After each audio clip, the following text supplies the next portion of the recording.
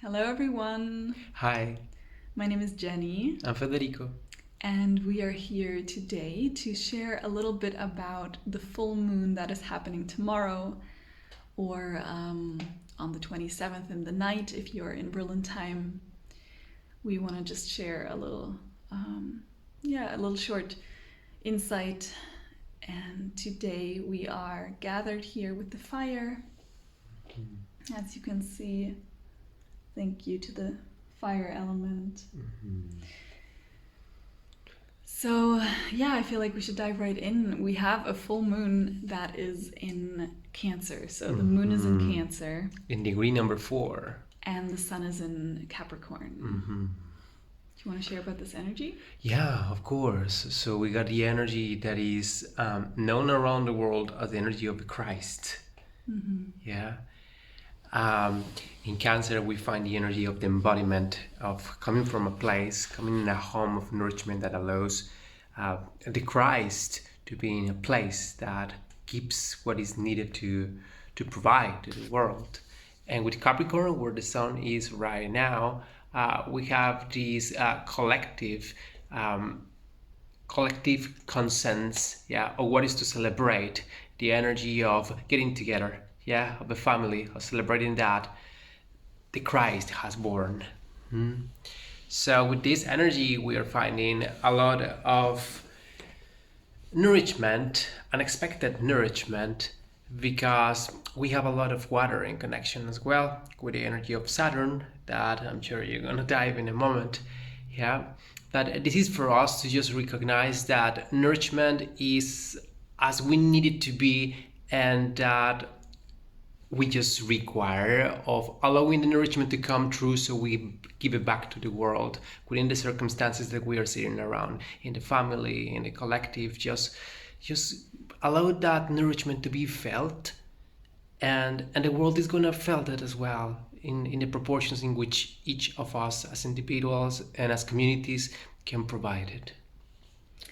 Yeah, Cancer is for me really about the heart and the esoteric teaching of the element, or of the zodiac sign of Cancer, is finding the connection to the heart and finding that balance, that center through the heart chakra as well.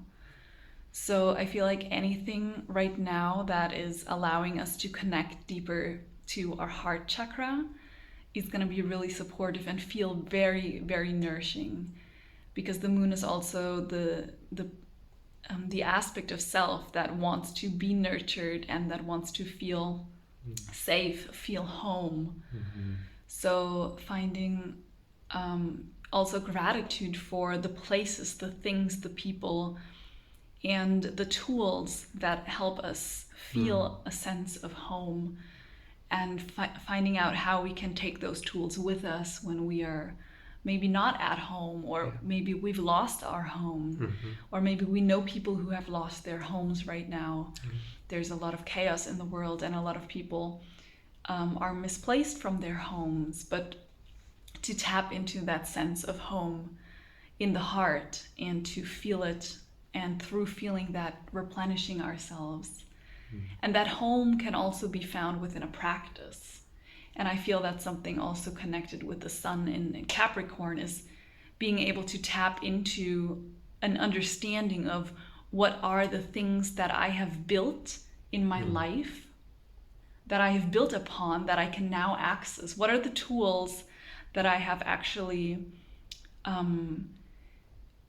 created as a foundation for myself, for my identity, something that I can now utilize because I have taken time, I've invested into strengthening that. And we have a beautiful sextile and a trine that is kind of weaving that together. So the sun is in trine with Jupiter in Taurus, and both the sun and Jupiter are in sextile to Saturn in Pisces. So it is an expansion that comes from a new place of feeling home. We appreciate of the tools, of the people that we feel really nourished with, and Jupiter, as this is happening, is coming to direct again after some months and going retrograde. Yeah, so it's a new way of finding expansion within our sense of home. Yeah, and a new way also of crafting a spiritual practice that feels nourishing as finding ourselves where we want to be. Yeah, and that can be a place, of course, but also can be a state of being. Yeah, I feel these tools that I just expressed that are helpful with Saturn in Pisces, a very, very spiritual sign, a very watery sign, and a very vast sign containing a lot of possibility and a lot of potential, is showing us also that these tools can be very, they can be spiritual tools also. And I was just thinking that I'm doing a Kundalini yoga practice right now, and I feel like that's a very beautiful example for something to actually anchor in exactly that energy of finding home again into my body and finding a home again also for certain energies to move. It's like the energies are there and the home is there, but now they're making the connection again that they belong together and that they are welcomed, and that this energy is being reminded how it is allowed to flow through the body. And the daily cultivation of that practice is a very Piscean thing, because it's a very, very spiritual practice. It's a practice that is not just done for like a physical cause, but also to align the matter with the spirit and to open up a channel. And it's also a very structured approach of doing that. So I do feel that finding a sense of structure and a sense of organization is something really helpful. And we are also right now celebrating the Rauhnächte, which is like a German term used for the 12 days in between the solstice and the new year, or some celebrated from the 24th until the 6th of January. And it's traditionally a time for cleansing. Yeah. It's a time for organizing. So organizing the home, cleansing it, smudging it, letting go of old things. And with that also putting a little bit of structure into a time of spiritual chaos, where we say in the dark days where the time stops, there's a very thin veil and a lot of spirits, a lot of energies can just pass through.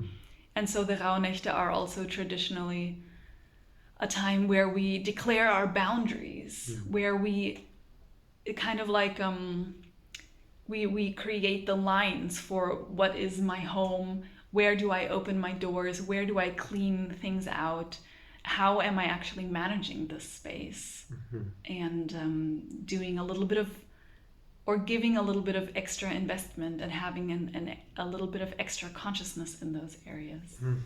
That's how it is.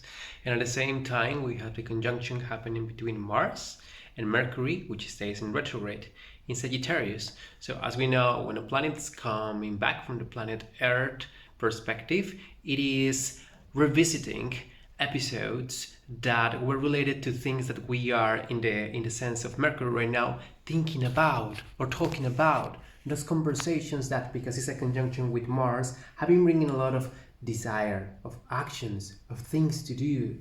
Yeah, so it's like revisiting those things that for a time we've been thinking that could represent what we really think we should be doing. Yeah. And because of the times that we are living, and because we are like meeting with people, we are getting really together, then it's like, how do I think of myself as someone that meets people? Yeah, as someone that finds nourishment with people. Yeah, but then this is happening in Sagittarius, and therefore it's like I am the one who is going to the experiences. Sagittarius is the traveler. Yeah, so how do I allow myself to become like a traveler between spaces, like a traveler between experiences, because I'm able to find nourishment, because I'm able to recognize that the experience is really what I require to be thinking about right now. and retrospective. Yeah, not anymore like how it should be, but it's still, wait, I recognize this already. Yeah, and I also feel this. I'm noticing this alignment in my own life very strongly with Mercury being in retrograde. I feel the energy is super present, and it's really touching upon bigger cycles right now that are becoming visible. And I feel it's a great moment to acknowledge also the growth that we've experienced, not just recently, but reflecting on the inner growth, finding a moment of gratitude from the heart for the process we have had the last years, the last 4 years. The last, is Mars a 4 years? 2-year cycle. Yeah, so maybe reflecting upon the Mars cycle, but also reflecting upon any cycle that you feel like is visible right now. A 7-year cycle, a 4-year cycle, a cycle of a certain area in your life. And finding a moment to honor that, to acknowledge that, to also celebrate it. Yeah. I feel like Jupiter is also an invitation for celebration. Indeed. Yes. I mean Sagittarius. Jupiter also, of course, because Jupiter it's coming back and direct. rules Sagittarius. And with Jupiter being in Taurus right now, it's also an invitation to celebrate the body and to celebrate physically, those realizations that we're having, that identity renewal, that rebirthing of the self that we're experiencing, and also to celebrate what we've just experienced with the solstice being a turning point. And if you are celebrating the winter solstice, then celebrating that also the days are getting longer now, and that we've already passed that moment where it's the darkest day of the year, even though we may still feel like this winter feeling a while. And if you're in the summer solstice, then also celebrating that change of the season and celebrating that you've done so much, and that there's always something new, that life never gets boring, and that maybe now it's a time to prepare for what's ahead, that it's a time where you can also consciously celebrate the fruits of the summer as they're still there. And wherever you are, just celebrating a kind of a turning of the tides. And I feel like this is a very it feels like a very calming full moon to me, even though the energy does feel a bit intense in the body. I think that's also due to Jupiter in Taurus. It's a very expansive sensation, or like sensorial experiences may be heightened due to the expansiveness of Jupiter in the physical areas right now. So if you're a very sensitive person, also make sure that those tools and those structural things you can apply are there to support you feeling when you feel dizzy or nauseous or tired, having things available to kind of aid you. If that's a frequency, listening to some healing solfeggio frequencies, if that's, smelling an orange or a lemon to get you a little bit more awake, or taking a time to actually have a nap, or just having that soothing bath, or an essential oil to smell, having your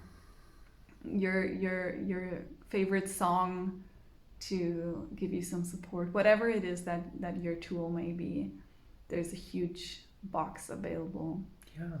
And with these 2 weeks that are resting, and with Mercury in retrograde, as Jupiter just came in direct, then is for us to think about the abundance that we want to live, because our body can really tell what it likes, and just recognize that some matters do not feel abundant, and that we don't need to keep putting those things in our body, those thoughts, that we are able to go into abundance because we can recognize actually what abundance means, and just craft it.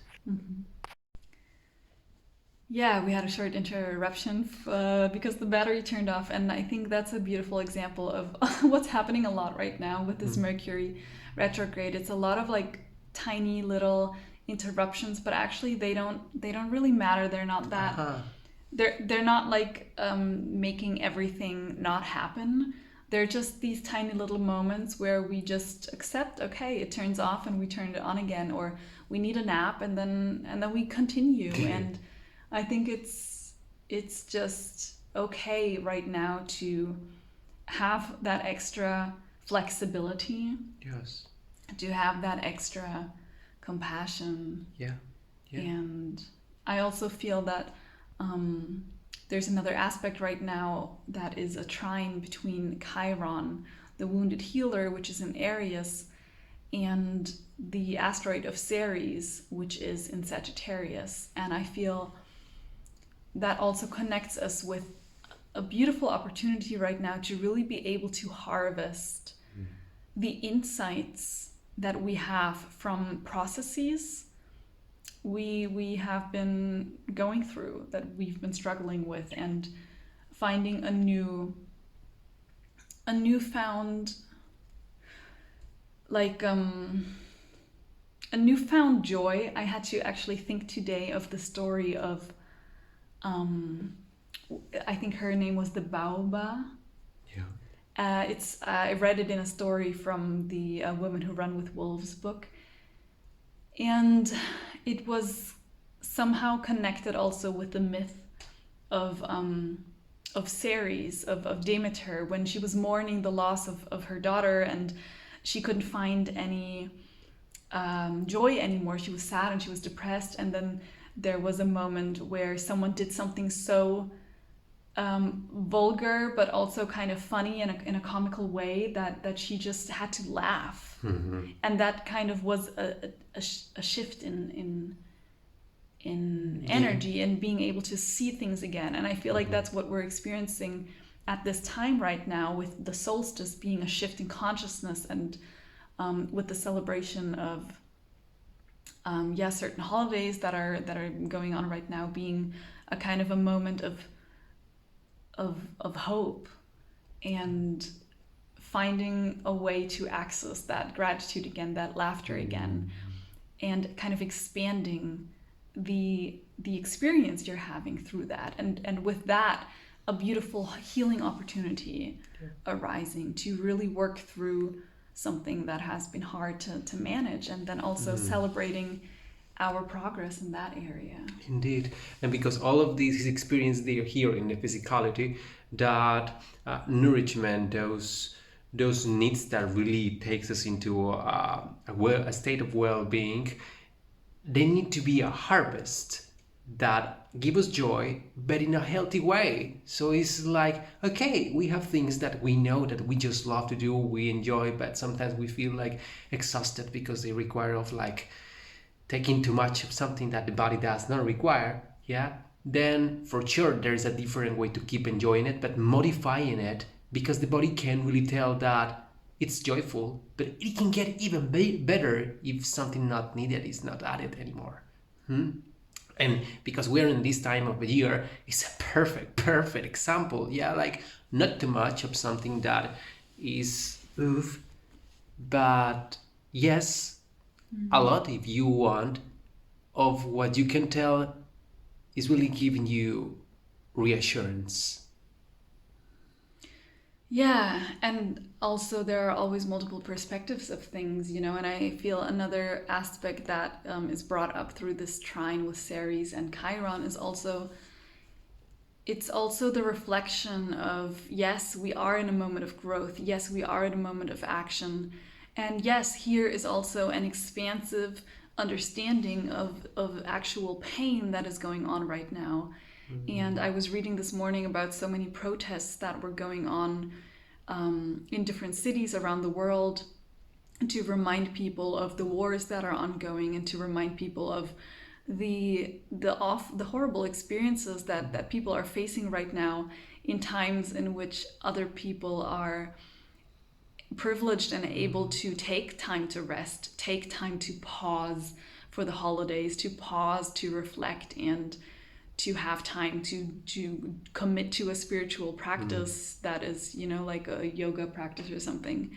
And in other parts of the world, people don't have that privilege right now. They are not pausing the wars to celebrate a Christmas. And yeah, that I feel like that's also like the morning mother of Demeter saying, yes, here I am, and I am still on the search of my lost daughter. I am still here, and I will not stop until it is finished.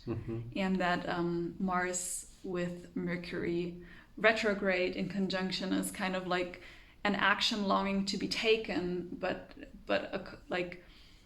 there's a moment of reflection going on. I think the world is wanting to help, and so many people are protesting and wanting to help, and maybe we're reflecting on what actually is helping right now. What can we do to help? Where can we help? How are we helping? And I think it's also important to consider those perspectives, and to not let those things be something that tears us into a depression, and that tears us down, and that brings us into the opposite of that heart space, that gratitude, but allowing ourselves to feel the emotions, and then finding a way to utilize those emotions, essentially transforming them into something, I want to say productive, but I don't mean that in a capitalistic way. I just mean something productive, something helpful for the self and for all of our individual processes that also matter. Not also, but that matter because they are reflections of the collective process. And to remember also that each and every healing work we do, each and every action we take towards peace is and will be reflected on a quantum level in everything else, every other aspect of our experience. That's what I truly believe. Yeah, and we are in this process of doing things more coherently, from a place of consciousness. Then we need to nourish ourselves to keep going. So we recognize the process. So we nourish ourselves to go to the process and find the joy in between everything, so we can really change it. We need joy for that.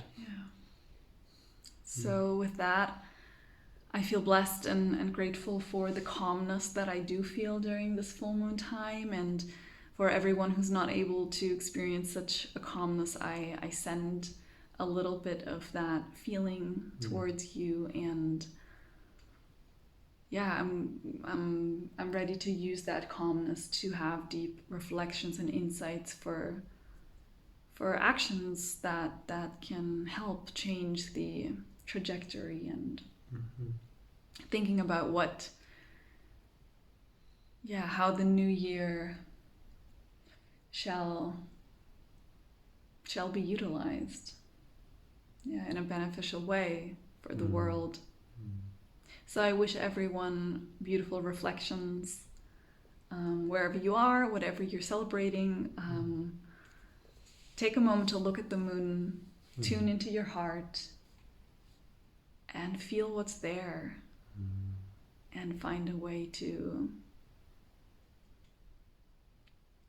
surrender to the moment. To go in the present. Allowing the moment. Exactly. Okay. So I think we're gonna leave it at that. Thank you so much for listening. If you want to connect with us or share anything about your process, your insights, we would love to hear about anything you want to share in the comments, anything that or if you want to send us a message or have any questions, feel free to do so. If you want any personal guidance, we're there for that as well. And I wish you all a beautiful transition into the new year, a beautiful cleansing, and lots of love from us, from the fire, into your hearts. much guidance. Thank you. Bye. Ciao.